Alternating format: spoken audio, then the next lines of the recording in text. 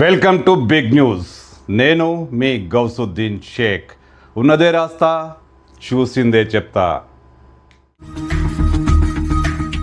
Iran America మధ్య యుద్ధ పరిస్థితులు నానాటికి తీవ్రమవుతున్న నేపథ్యంలో మళ్ళీ ఏ క్షణాల భారీ యుద్ధం జరగబోతుందో అన్న భయాందోళనల నేపథ్యంలో భారత ప్రభుత్వం కీలకమైన నిర్ణయం తీసుకుంది.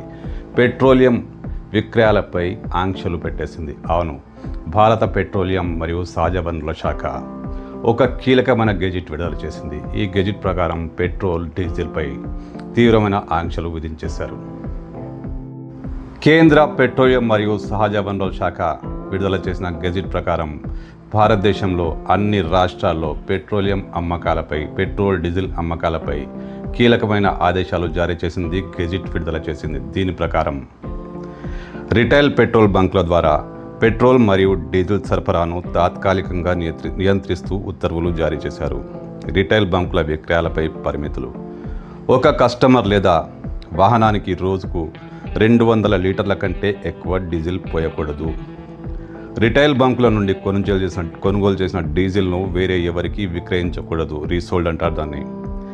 రిటైల్ బంకుల డీలర్లు డీజిల్ను కేవలం వాహనాల ట్యాంకుల్లోనే లేదా PESO petroleum and explosive safety organisations ఆమోదించిన కంటైనర్లలో మాత్రం పోయాలి. అంటే పెట్రోల్ ప్రాబ్లం ఉంది, పెట్రోల్ దొరకదు అన్న భయంతో చాలామంది డబ్బాల నిండా పెట్రోల్ పోసుకుంటుంటారు. పెట్రోల్ బంకుల వాళ్ళకు పెట్రోల్ పోస్తూనే ఉంటారు.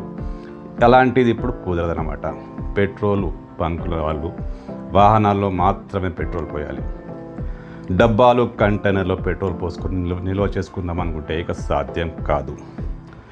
బల్క్ వినియోగదారులపై కూడా ఆంక్షలు. పారిశ్రామిక, వాణిజ్య మరియు పెద్ద సంస్థలు తమకు కావాల్సిన పెట్రోల్ లేదా డీజిల్ రిటైల్ బంకుల నుండి తీసుకోవడానికి ఎంత మాత్రం వీల్లేదు. వారు కేవలం తమ స్వంత కన్జ్యూమర్ పంపుల ద్వారా మాత్రమే ఇంధనాన్ని పొందాలి.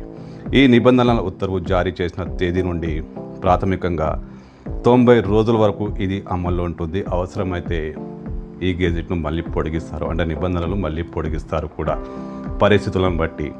రాష్ట్ర ప్రభుత్వాలు ఈ విషయమై సీరియస్గా స్పందించాలంటూ కూడా కేంద్రం ఆదేశాలు జారీ చేసింది. ఆయా పెట్రోల్ బంకుల దగ్గర పరిస్థితులపై రాష్ట్రం ఎప్పటికప్పుడు అధ్యయనం చేయాలంటూ కూడా కేంద్రం ఆదేశాలు జారీ చేసింది. అంటే పెట్రోల్ సమస్య వచ్చినప్పుడు ఇక పెట్రోల్ దొరకదేమో అన్న ఒక పుకారు వ్యాపించినప్పుడు చాలామంది డబ్బాలు, కంటైనర్లలో పెట్రోల్ పోయించుకొని దాన్ని నిల్వయించుకుంటారు. అక్రమంగా నిల్వయించుకుంటారు. కొంతమంది అయితే దాన్ని బ్లాక్లో కూడా అమ్ముతుంటారు. గతంలో యుద్ధం తీవ్రమైన పరిస్థితుల్లో కూడా హైదరాబాద్లో కానీ, తెలంగాణలో కానీ ఇలాంటి పరిస్థితి మనం చూసాం. వాటిని నివారించేందుకే, అలాంటి పరిస్థితిని నివారించేందుకే కేంద్రం ఇప్పుడు ఈ తాజా గెజిట్ విడుదల చేసింది. దీన్ని బట్టి పెట్రోల్ బంకులు చాలా కఠినంగా వాహనాల్లో మాత్రమే పెట్రోల్ పోయాలంటూ ఆదేశాలు కూడా జారీ చేసింది.